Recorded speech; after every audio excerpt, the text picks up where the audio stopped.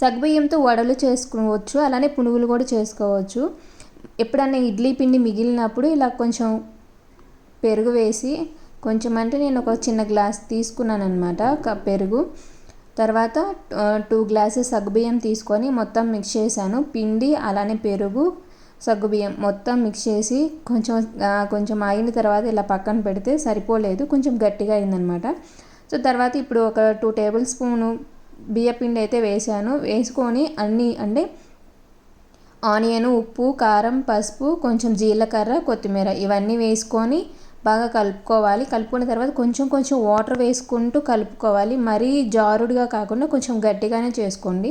ఎందుకంటే వడలు వేసుకోవాలంటే వడలు వేసుకోవచ్చు, లేదంటే పునుగులు వేసుకోవాలన్నా పునుగులు వేసుకోవచ్చు. క్రిస్పీగా ఉంటే టేస్ట్ కూడా బాగుంటాయి అన్నమాట. సో నేను కొంచెం వాటర్ కలుపుకుంటూ పిండి కలుపుకున్నాను అనమాట. ఇప్పుడైతే వడలు వేస్తున్నాను. టేస్ట్ అయితే చాలా బాగుంది. దాంట్లోకి పల్లీ చట్నీ కంటే కూడా పచ్చిమిర్చి చట్నీ చాలా బాగుంటుంది. టమాటా చట్నీ అంటారు కదా, సో ఆ చట్నీ అయితే చాలా బాగుంటుంది. నచ్చితే సబ్స్క్రైబ్ చేసుకోండి. Thanks for watching. లైక్ చేసి వెళ్ళండి.